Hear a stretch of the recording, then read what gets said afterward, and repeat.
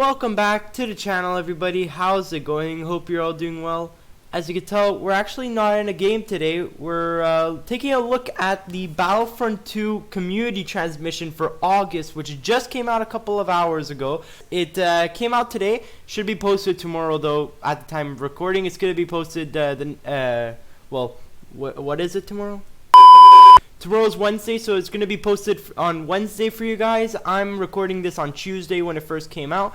And yeah, let's get straight into it. There's a lot of cool details. That's the reason I wanted to make a video about it, because this is actually the biggest community transmission for Star Wars Battlefront 2 yet. So, as I said, let's get straight into it. Incoming transmission. Back in June, we mentioned we would be sharing more about the future of Star Wars Battlefront 2.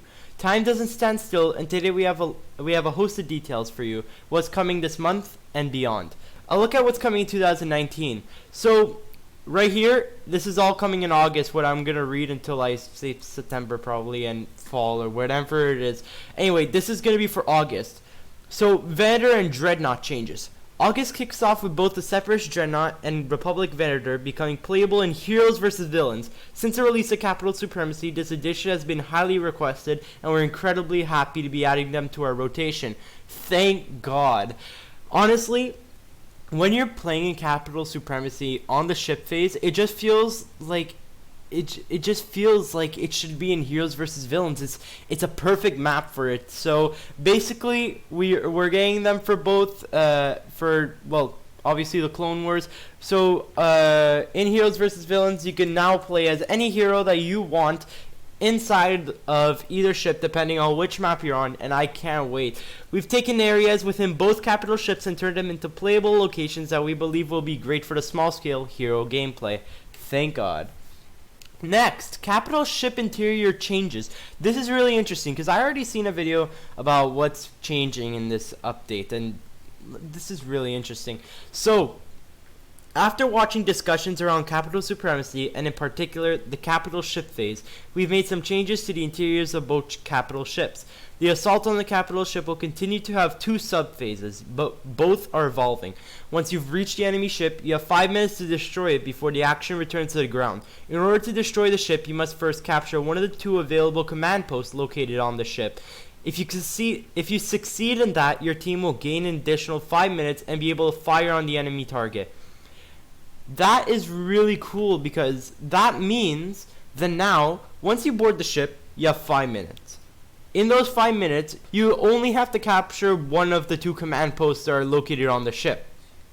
Once you capture that, or if you do at all, you gain 5 more minutes. And in those 5 minutes, you will have to fire on some sort of target. So it's going to be a bit like the end of phase of Crate on Galactic Assault. Galactic Assault, and that's really interesting because honestly, it was just too linear before this change. It was like it's kind of in like Galactic Assault. You just hold a button, it starts charging up, and it explodes eventually. This is a lot more interesting that you actually have to shoot at it. So I'm really happy with this change. A lot of people are also. It should change the game mode for a lot more versatile gameplay. It should be a lot of fun. Any damage caused to the enemy target will be persistent. Basically, you go back to the ground. Once you come back, it'll be the same like you left off. Next, we're changing capital ship phases to be based on a timer. This means that the attacking team will now have a 5-minute window to destroy the generators. Once the time runs out, the battle will return to the planetary phase. So, I'm kind of confused on this one, because like, if it means that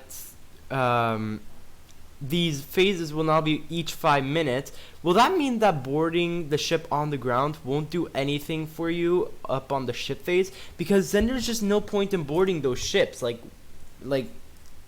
don't understand. So they're gonna have to work around that if that doesn't help you at all. Anyway, contextual spawning. I'm not going to read this paragraph. Basically, this is one of the really good changes to Capital Supremacy. You can spawn on command posts, which is amazing. Basically, you're able to spawn on the ones that your team is in full control over. The ones that you will spawn close to the command post at one of the preset spawn locations. you're able to spawn on a command post that is being contested, but was under your team's control before. So basically, if you were in control of a command post, let's say C, and then after the other team is coming and contests the command post, you're gonna be able to spawn it because you just owned the command post. If it was under the control of the enemy's team first, you will not be able to spawn on it. You'll spawn a little further away from the command post at one of the preset spawn locations. So if it is a contested command post, then you're gonna be spawned a bit further away than normally. And you can't spawn on it if it's under the other team's control or if it's a neutral command post. Next, arguably a really good change. I mean, it's not a very important one, but it is a very interesting one. We're getting skins for the droids, for the CIS, which is pretty good because we've just been getting clone appearances the entire summer and since pretty much last year. So it was kind of getting tiring, and now we actually get some customization for the droids. So we have this one, the pilot, which looks pretty cool. It's obviously a droid pilot. We have this one, the jungle, pretty self-explanatory, have some green camo on you. And we have the training droids, which is actually the ones that the clones shoot when they're on Camino and they're practicing. So that I'm really excited for that one. I'm gonna buy that for sure. The training one. I really like the look of that one. I'll show you images of each one on screen, but they all look pretty cool. My favorite one is the training one, but. This is the end for the August update. The August update will be coming out on August 28th, and they'll be back with the full release notes next week.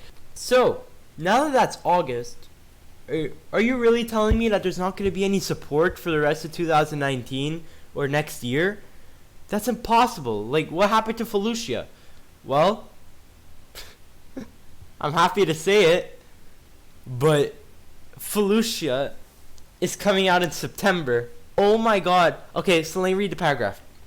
September is shaping up to be a great month. We have a new large-scale map, 2 new ways to play, a new reinforcement, and a community challenge for one of the most requested appearances to date.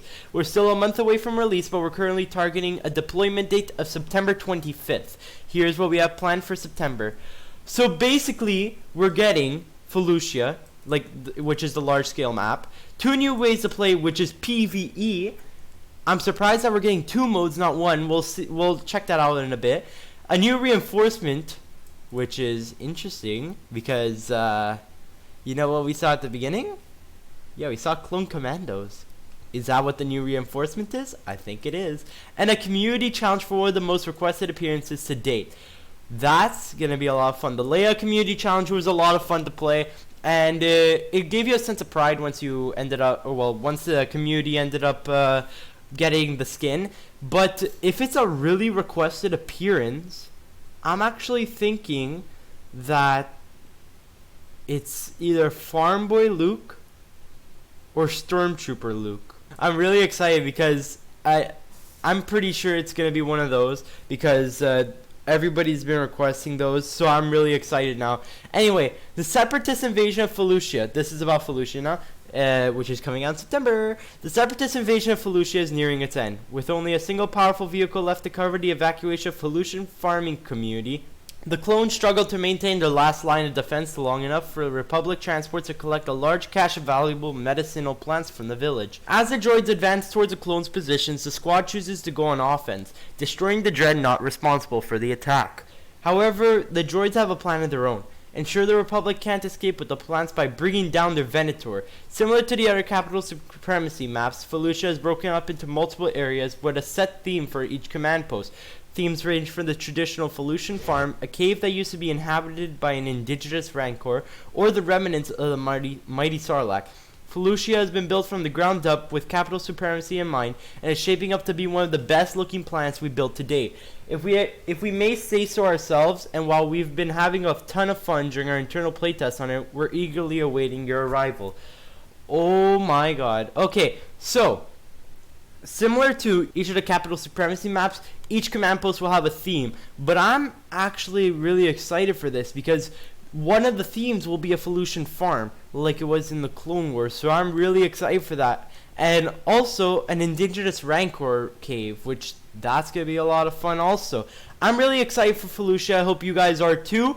And yeah, that's coming next month, which I'm really surprised about. I would have expected it to come out in like October or November, but it's coming out in September, which is honestly amazing. But I have something even better over here. Co-op. In this September, 4-player online co-op is coming to Battlefront. For this experience, you will team up with 3 other players, old friends or new, for a large-scale PvE adventure. You can choose to play as either the Galactic Republic or the Separatists. Blah, blah, blah, blah, blah. Okay, basically, here's the key. In PvE experience, obviously. Basically, you can play with your friends, and you'll be able to play with your friends, and you'll be able to play Capital Supremacy against AI. The PvE experience is in Capital Supremacy, like I just said, and you'll be playing against some AI. But here's the great thing: AI in Capital Supremacy has been expanded upon to also feature vehicles, heroes and villains, and in co-op. That's amazing. And it's available for all Clone Wars era plans to start, which basically any new planets coming to the game that are Clone Wars will end up being added eventually. Another interesting addition, Instant Action. We're happy to announce that Instant Action is making its return to the Battlefront franchise, and we think it's something a number of you are really going to like. Each month we've seen the comments about a large-scale game mode that can be enjoyed within a single-player environment. We know that solo players matter and can confirm it's real, and it's arriving in September. In this mode, both teams are fighting over 5 command posts similar to Capital Supremacy. Hold a majority of them until your team scores reaches 100% to win the game. So it's similar to Capital Supremacy, but it's not Capital Supremacy because you're not doing the ship phase. You're only staying on the ground, and it's basically like Conquest and Battlefield now. You're holding 5 command posts until your team reaches 100%. So here's the key info that it states. So you'll play a large-scale combat experience, fight to control command posts, you fight alongside AI, you fight against a team of AI. The enemy team will be made up of regular troopers, reinforcements, heroes, and vehicles. You can spawn on command posts using the contextual spawn system. Control a majority of the command posts and team until your team score reaches 100%. Able to choose to play as either light side or dark side, and can be played offline without the need for an internet connection. At release, you will have access to all maps that are currently available within Capital Supremacy: Naboo, Camino, Kashyyyk, Geonosis, and Felucia. That's amazing, because finally, those of you who only play offline will finally have something to do. And there are people that don't want to play online; they just want to play the game. So I'm happy that this is coming to single player. It's going to be really interesting how the AI works, and it's going to be a different type of Capital Supremacy. It's going to add a certain longevity to the game, and yeah, this just helps out Battlefront in general. Next, Clone Commandos. I'm going to put this GIF on screen right now, but this is amazing. They're basically showing the Clone Commandos armor, and it's shooting its DC-17M, and it's running. Over here has it's reloading, and here has its grenade launcher. I think that's what it is. Its primary weapon, obviously, is the DC-17M repeating blaster rifle. Now here are its abilities. Left ability, anti-armor attachment. Reconfigures the DC-17M into a grenade launcher that fires up to 3 small grenades with high efficiency against vehicles and shields. Its right ability, Repulsor Blast, discharges a short-range shockwave that temporarily disorients enemies and knocks them back. Its middle ability, Battle Focus, activates a damage protection aura for the commando nearby allies. Additionally, any damage the commando deals to enemies replenishes his base health. So this will make the commando pretty much a tank. It has the really good gun, the DC-17M. I'm not going to judge it right away, but it sounds like a pretty good gun, and it looks like a good gun in the GIF. His left ability, he can turn into a grenade launcher. He's able to shoot up to 3 grenades, and it does a lot of damage to vehicles and shields, which is good because it means that it's finally an ability to counter ATSTs and vehicles and people who are using the Jordica shields. Next, the Repulsor Blast, which is in the right ability. It's basically like the repulsor cannon, that's what it's called, that you have 3 shockwaves that you can shoot to knock people over. I'm pretty sure that's what it's like. It should be. And battle focus, you're basically giving like a certain damage protection to people who allies nearby, and you deal more damage if you have less health. Or no, the more damage you deal, the more health you gain back. And the appearance challenge. During September, we're releasing a community challenge that grants you the ability to unlock a highly requested appearance. More details will follow closer to the challenge, but we have a sneaking suspicion that fans of Luke Skywalker and Star Wars A New Hope will enjoy this one. So I was right. Well, maybe. I thought it would be a skin for Luke Skywalker, and I'm right on that one. I think it's either going to be Farm Boy Luke or Stormtrooper Luke. That's in A New Hope, as they said. A Star Wars A New Hope appearance, which I'm really excited about. The reason I think it's going to be a clone, or not clone, what's it called?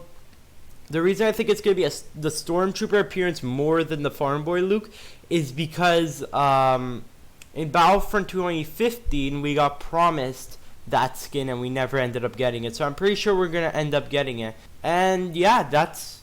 so in September, we're getting transmissions for the co-op, instant action, the Republic Commando, and each will have full release notes themselves. So that's it for